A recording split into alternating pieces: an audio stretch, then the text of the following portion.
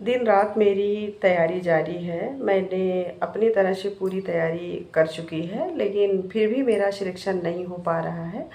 ये जो सिलेक्शन का वर्ड है, ये मैं एक बार अपनी लाइफ में सुनना चाहती हूँ कि हाँ, मैं सेलेक्ट हो गई हूँ, कोई भी एग्ज़ाम मेरा निकल गया है। मैंने अपनी पूर्ण रूप से तैयारी कर चुकी है। मेरी तैयारी हो गई है, लेकिन सिलेक्शन का शब्द मैं नहीं सुन पा रही हूँ। तो देखिए, सबसे पहले ये चीज़ आपको देखना है कि कहाँ आप में ये कमी रह जा रही है, आपने कहाँ पे कमी रखी है कि आपका सिलेक्शन नहीं हो पा रहा है, आप सिलेक्शन से चूक रहे हो। तो सबसे पहले अगर हम इस बात पे ध्यान रखें कि जैसे अगर किसी भी एग्ज़ाम की डेट आ रही है, कोई भी वैकेंसी आई है, तो उसमें से 100% स्टूडेंट्स को अगर हम मान के चलें कि 100% स्टूडेंट्स उस एग्ज़ाम को फ़िल करते हैं। उसमें से हम 5% स्टूडेंट्स को निकाल दें कि वो इस एग्ज़ाम को ना देके किसी दूसरे एग्ज़ाम की भी प्रिपरेशन कर सकते हैं। तो अगर हम उनको 5% स्टूडेंट्स को निकाल देते हैं, तो हमारे पास कितने बचते हैं? 95% स्टूडेंट। अब उन 95% स्टूडेंट्स में 55% स्टूडेंट्स ऐसे होते हैं जो कि इस एग्ज़ाम को सीरियस नहीं लिए हैं।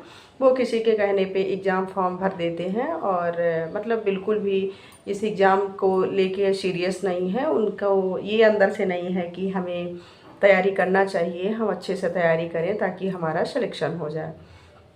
तो 55% हमारे स्टूडेंट्स ऐसे निकल जाते हैं। उसमें से 10 से 15% स्टूडेंट्स ऐसे होते हैं जो कि अभी स्टार्टिंग किए हैं, अपनी तैयारी को अभी शुरू किए हैं। जैसे ही उनको पता चला कि इस एग्ज़ाम का नोटिफिकेशन आ गया है कि एग्ज़ाम होने वाला है, तो वो अभी फ़िलहाल ही स्टार्ट मतलब किए हैं। अब बचते हैं 20 से 25% स्टूडेंट्स।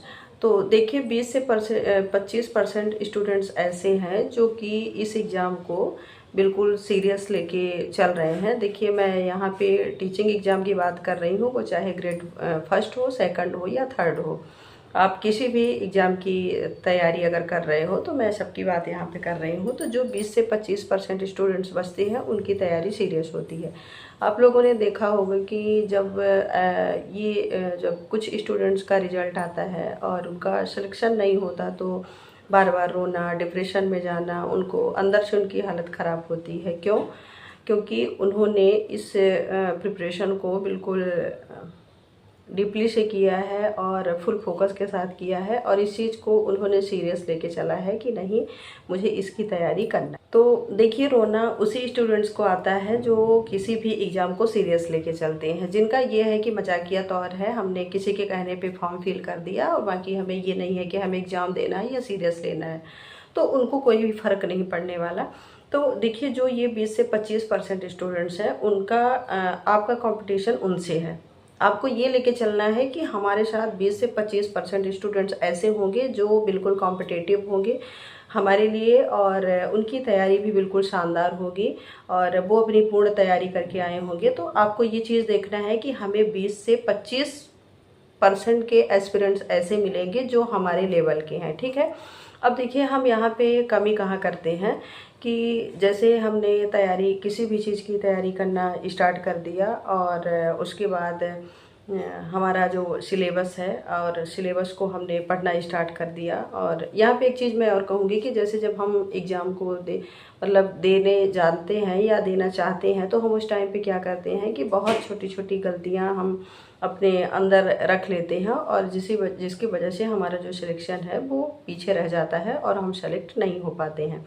तो देखिए, हम कुछ ऐसे पॉइंट्स बताएंगे आपको जिनको अगर आप अपने डेली की रूटीन में फॉलो करते हैं, तो आपकी जो गलती है, आपके जो मार्क्स छूट रहे हैं, यानी ऐसे बहुत सारे एस्पिरेंट्स हैं जिनका 1 2 3 नंबर से चूक रहा है सिलेक्शन, तो उनके लिए यहाँ पे मैं फ़िलहाल बात करूँगी। तो देखिए, आपको करना क्या है कि जैसे अगर आपने सिलेबस अपना उठाया, सिलेबस के अकॉर्डिंग आपने पढ़ना स्टार्ट कर दिया, और उस टाइम पे आप क्या करते हो कि जैसे आपका सिलेबस कंप्लीट हो गया, फिर सिलेबस कंप्लीट होने के बाद बात आती है प्रैक्टिस सेट लगाने पे। तो बहुत सारे ऐसे एस्पिरेंट होते हैं, ऐसे स्टूडेंट्स होते हैं जो ये सोचते हैं कि क्या ही करना है प्रैक्टिस सेट लगाने से, क्योंकि सिलेबस चेंज हो रहा है हर साल, तो ओल्ड पेपर आएगा नहीं, कोई फ़र्क नहीं पड़ने वाला है। तो इससे अच्छा है कि हम अपना प्रैक्टिस सेट छोड़ के बार बार उसी को रिवीजन करें जो हमने पढ़ा है। तो तो देखिए ये कहीं ना कहीं वो उनकी वीक पॉइंट हो जाती है और ये बहुत बड़ी गलती कर बैठते हैं।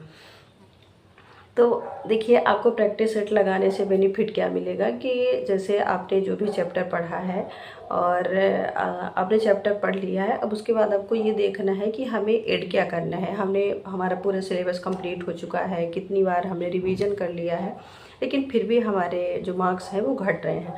तो प्रैक्टिस सेट लगाने से आपको ये होगा कि जो भी आपने चैप्टर पढ़ा उस चैप्टर का कौन सा क्वेश्चन कैसे आ रहा है, आपको क्वेश्चन का लेवल पता चलता है और आपकी जो गलती है, जो पॉइंट्स आपके घटे हैं, तो वो चीज़ आपकी ऐड हो जाती है। ठीक है, तो प्रैक्टिस सेट लगाने से आपको बहुत ज़्यादा बेनिफिट मिलता है। तो आप लोग प्रैक्टिस सेट ज़रूर लगाएं। और फिर मैं एक और पॉइंट बताऊंगी कि जैसे ये मेन पॉइंट हो गया, दूसरी पॉइंट ये है कि बहुत सारे ऐसे एस्पिरेंट्स हैं जो कि बिल्कुल अपना जो सोशल नेटवर्क है उसको अपना एक अहम हिस्सा मान चुके हैं, हम भूमिका मानते हैं। यह है कि अगर हम फ्री हुए तो हम सीधे फ़ोन को स्क्रॉल करना बैठ जाएंगे, व्हाट्सअप चलाना और इंस्टाग्राम चलाना, यानी कहीं ना कहीं बिल्कुल वो नेटवर्किंग मार्केट में घुस जाते हैं। तो आपको ये चीज़ बिल्कुल नहीं करना है। देखिए, क्योंकि आप अगर सोशल वर्क में मतलब सोशल मीडिया में जाते हैं, जैसे इंस्टाग्राम चलाना, फालतू की चीज़ें देखना, तो उससे आपका टाइम भी बहुत ज़्यादा वेस्ट होगा और आपका जो सिलेबस है वो भी नहीं कंप्लीट होगा। तो आपको क्या करना है कि जैसे आप अगर फ़ोन लिए हैं तो फ़ोन में आप ऐसी चीज़ें डालिए, मतलब अगर जो भी आपकी पढ़ाई है उससे रिलेटेड आप कोई भी चैप्टर सेलेक्ट करिए, उससे पढ़िए और उसकी शॉर्ट नोट प्रिपेयर करिए अपने लिए और उसी शॉर्ट नोट से पढ़ना स्टार्ट कर दीजिए। और ये नहीं कि हमें बहुत सारे कंटेंट इकट्ठा करना है, बहुत सारी यूट्यूब पे क्लासेस सर्च करनी है, एक बार इसकी देखिए एक बार उसकी देखिए, ऐसा नहीं। आप किसी की मतलब जिनकी बहुत ज़्यादा वाचिंग है, व्यूज बहुत ज़्यादा है, आप जानते हो अगर कि उनकी ऐसी क्लास है, वो अच्छा पढ़ाते हैं, तो उनकी आप एक क्लास देखो, उसके बाद प्रॉपर अपने हाथ से एक शॉर्ट नोट बनाओ और उसको बार बार रिवाइज करो, उससे बार बार पढ़ो। तो देखिए ये जो सोशल मीडिया है, सोशल मीडिया से दूर रहना ही आपके लिए बहुत ज़्यादा बेहतर होगा, क्योंकि जितना आप उससे लगाव रखेंगे, जितना फालतू चीज़ें देखेंगे, उतना ही आपका टाइम वेस्ट होगा। तो देखिए मैं यहाँ पे ये नहीं कहती कि आप बिल्कुल ही मतलब ख़त्म कर दीजिए, बिल्कुल फ़ोन यूज मत करिए, ऐसा नहीं है। जैसे आप पढ़ रहे हैं, पढ़ाई कर रहे हैं, 1 2 3 घंटे आपने लगातार पढ़ाई कर ली, उसके बाद आपको थोड़ा सा ब्रेक मतलब चाहिए होता है कि थोड़ा सा मुझे ब्रेक मिल जाए तो मेरी माइंड भी अच्छी हो जाए और मैं इधर उधर थोड़ा सा घूम लूँ। तो उस टाइम पे आपको जो भी पसंद है, अगर आप आपको सिंगिंग पसंद है तो आप कुछ गाने सुन सकती हैं, कोई सीरियल अगर आपको पसंद है तो वो भी थोड़ा बहुत दे सकती हैं। मतलब कि कुछ टाइम आप आधा घंटा, पौन घंटा या 15 से 20 मिनट टाइम आप उसमें स्पेंड कर सकती हैं।